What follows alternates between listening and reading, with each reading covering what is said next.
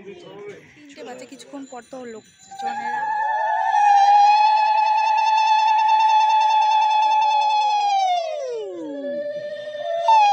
নমস্কার বন্ধুরা, কেমন আছো তোমরা সবাই? আশা করছি সকলে ভালো আছো। আমার আরও একটি নতুন ব্লগে তোমাদের সবাইকে স্বাগত জানাই।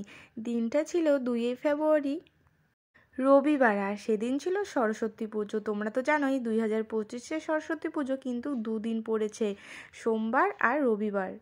তো আমি সকাল সকাল উঠে বাড়ির সমস্ত কাজ কমপ্লিট করে রেডি হয়ে এখন দেখো এখানে চা আর রুটি বানিয়ে নিয়েছিলাম। বরমশাইকে সকাল সকাল চা করে দিয়েছি, ও খেয়ে দিয়ে ডিউটিতে চলে গিয়েছে, আর আমি একটু রুটি বানিয়ে খেয়ে দিয়ে কিন্তু এখানে চলে আসলাম। আর এখানে কিছু টুকিটাকি জিনিস কিনলাম, আর দিনহাটা চৌপতির এখানে এসে মায়ের জন্য অপেক্ষা করতেছি।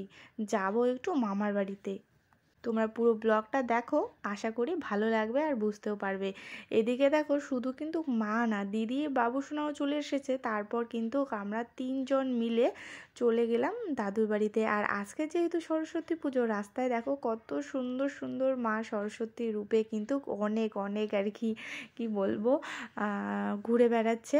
কারণ আজকে অনেক জায়গায় আজকেও পুজো হবে, অনেক স্কুল টিউশনে আবার কালকেও হবে। আর আমাদের কিন্তু ওদিকে প্রায় কালকেই হবে, আর আমিও অঞ্জলিটা কালকেই দিব। তো চলে আসলাম দাদুর বাড়িতে। দেখো এদিকে কিন্তু প্যান্ডেলের কাজ এখনও কমপ্লিট হয়নি। তো আমরা এসেছি তখন 12:30 1টা নাগাদ বাজে। বাড়ির ভিতরে আসলাম, এসে দেখি যে যার মতো কাজে ব্যস্ত।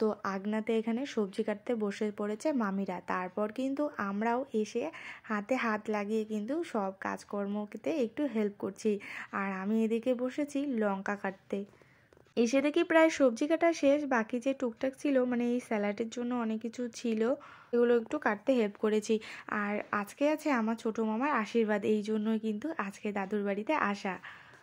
আমার দায়িত্বে ছিল যে আশীর্বাদের যে সরঞ্জামগুলো লাগে সেগুলোই আর কি একটু গোছগাছ করে রাখা। তো আমি একটু বাইরেটা আসলাম, কারণ অনেক দিন পরই দাদুর বাড়িতে আসলাম। আর এদিকে দেখি একটা গোলাপ ফুল ফুটেছে, কি সুন্দর, তাই আর কি ফুলটাও তোমাদের সঙ্গে একটু শেয়ার করলাম। আর এটা ছিল দাদুর বাড়ি কালী মন্দিরের সামনে কিন্তু ফুল গাছটা ছিল।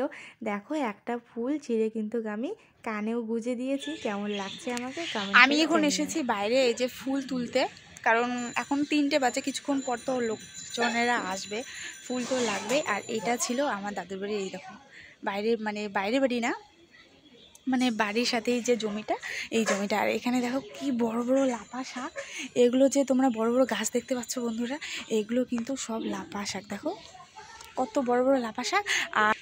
আর এই যে এখানে আছে ফুল গাছগুলো, তার জন্য আমি এখানে একটু ফুল আর কি নিতে এসেছি।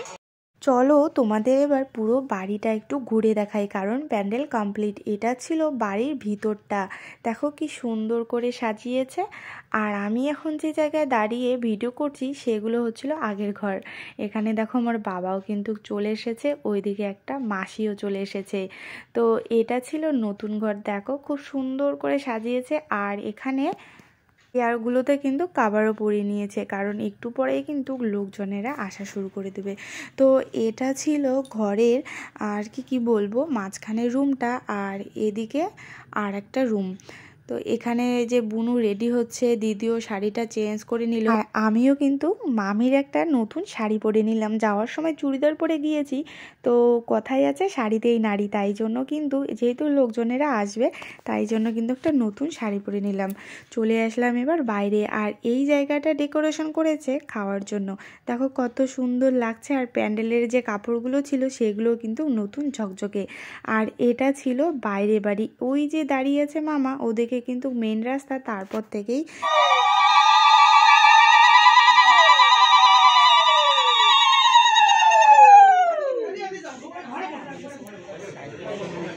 সন্ধে হয়ে গেছে আর লোকজনেরা কিন্তু চলে এসেছে।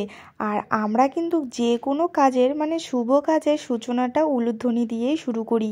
তাই যেহেতু আজকে একটা শুভক্ষণ, তাই জন্য কিন্তু ওরা বাড়িতে ঢোকার আগেই আমরা কিন্তু উলুধ্বনি দিয়ে তাদেরকে ওয়েলকাম জানালাম। ওরা মোটে 25-30 জনের মতো আর কি এসেছিল। তো ওদেরকে আমরা প্রথমে কিন্তু ঘরে বসিয়েছি। শত ব্যস্ততার মাঝেও কিন্তু এই ভিডিও ক্লিপগুলো আমি রেখেছি, স্মৃতি হিসেবে থাকবে। যেহেতু আজকে কোনো ক্যামেরাম্যানকে ডাকা হয়নি, তাই এই আশীর্বাদের ইসেটা আমার ব্লগেই কিন্তু থেকে যাবে। তোমাদের যদি আমার এই ভিডিওগুলো ভালো লাগে অবশ্যই কিন্তু তোমরা কমেন্ট করে জানিও। আর জানো তো, আমার যখন বড় মামার বিয়ে হয়েছিল আমি আর দিদি তখন অনেকটাই ছোট, খুব একটা ভালো করে কোনো কিছুই মনে নেই। তবে এই ছোট মামার বিয়েতে খুব মজা করব। ওই যে সামনে সাদা শার্ট পরা দেখতে পাচ্ছ, ওইটা আমার বড় মামা। জামাইবাবুও কিন্তু সন্ধ্যার মধ্যে চলে এসেছে দাদুর বাড়ি থেকে। সত্যি বলতে কি, নতুন আত্মীয়দের আসতে একটুখানি কিন্তু লেট হয়ে গিয়েছে, তাই জন্য তাদেরকে চা খেতে দিয়ে তারপর কিন্তু আশীর্বাদের কাজের জন্য বসিয়ে দিয়েছি। আর এখানে আমি রেডি করছি, মানে ওরা যেগুলো এনেছে পান সুপারি মাছ তারপরে মিষ্টি, সেগুলো কিন্তু ব্যাগ থেকে বের করে সব কিছু কিন্তু গুছিয়ে রাখছি। আর মা ওদিকে পুজো করছে। ওদের না বাড়ির থেকে মহিলার মধ্যে কেউ আসেনি, একজন এসেছিল, তাও আবার পরে, তাই জন্য ওদের হয়ে কিন্তু মা পুজো করছে। আর আমাদের মধ্যে নিয়ম কিন্তু মেয়ের বাড়ির লোক আশীর্বাদের দিন যেভাবে পুজো করে সেখানে করবে। আর আমরা যখন মেয়ের বাড়িতে আর কি যাবো আশীর্বাদ করতে, তখন আমাদের নিয়ম অনুযায়ী কিন্তু সেখানে আশীর্বাদ হবে। যাই হোক বন্ধুরা, দেখো আমার বাবা কিন্তু ছোটো মামাকে আর কি নিয়ে আসলো। আর এদিকে দেখো ছোটো মামা কিন্তু ঘর থেকে বেরিয়ে প্রথমে ঠাকুরকে প্রণাম করে বড়দেরকে অনুমতি নিয়ে প্রণাম করে কিন্তু যে আশীর্বাদের জায়গা চলে আসলো, এখন এখানে বসবে। আর এক একটা বাড়ির কিন্তু এক এক রকম নিয়ম থাকে। আমাদের মধ্যে যেমন আমরা কিন্তু এই আশীর্বাদ পর্বটা মানে বাইরেই করি, মানে আগনাতে, আর কেউ কেউ আবার ঘরে করে। শুরু হয়ে গেছে শুভক্ষণ। সমস্তটা ভিডিও করা তো সম্ভব না, তার আগে কিন্তু টুকিটাকি অনেক নিয়মই পালন করা হয়ে গিয়েছে। আর এখন যিনি মামাকে মিষ্টিমুখ করাচ্ছেন তিনি হচ্ছেন মামার হবু শ্বশুরমশাই, যিনি আমার সম্পর্কে দাদু হবে। এই বিশেষ দিনগুলো ক্যামেরা বন্দি না করলে কিন্তু হয় না। সত্যি বলতে জানো তো বন্ধুরা, আমার না আশীর্বাদটাও খুব একটা ভালোভাবে হয়নি, এই জন্য একটু কেমন লাগে। তো যাই হোক, দেখো আমার কিন্তু মামা তারপর আর কি মিষ্টিমুখ করিয়ে দিল। তারপর চলে আসলো মামার হবু মামি শাশুড়ি। তো ইনিও কিন্তু মিষ্টিমুখ করিয়ে দিল। আর ওরা না আশীর্বাদ করেছিল, একটা গলার চেন দিয়েছিল মামাকে আশীর্বাদে, আর সাথে ছিল একটা ট্রলি ব্যাগ, আর ড্রেস তো থাকবেই তাই না, ব্লেজার সেট আর একটা শার্ট দিয়েছিল। তো এগুলো দিয়ে কিন্তু ওনারা মামাকে আশীর্বাদ করেছিল। আর এখানে যারা বসে আছে সব বড়রা কিন্তু হাতে আর কি টাকা দিয়ে সবাই কিন্তু আশীর্বাদ করেছিল, দুই বাড়ির লোকই। তো আস্তে আস্তে শেয়ার করব।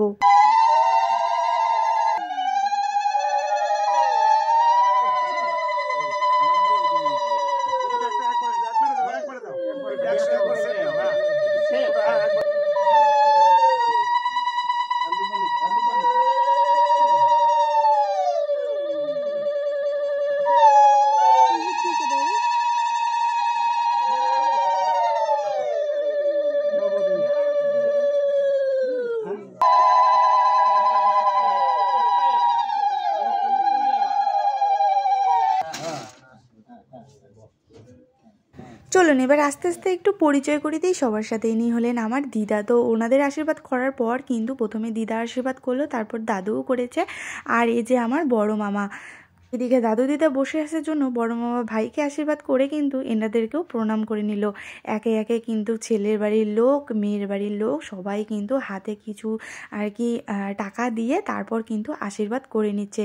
তো সবাইকে একটু ভিডিওতে রাখার চেষ্টা করেছি, তাই একটু ভিডিওটা স্পিডে দিয়েছি। আর মামার পাশেই বসে আছে বৃষ্টি বোন, মানে আমার বড় মামার মেয়ে। আর এখানে একজন পাশে না বসলে হয় না। আর এদিকে বিয়ে নিয়ে একটু ইয়ার্কি করতেছে। আশীর্বাদ পর্ব শেষ, চলুন এবার একটু খাওয়ার দিকে যাই। সারাদিনে এইদিকে আসার আর সময় পাইনি।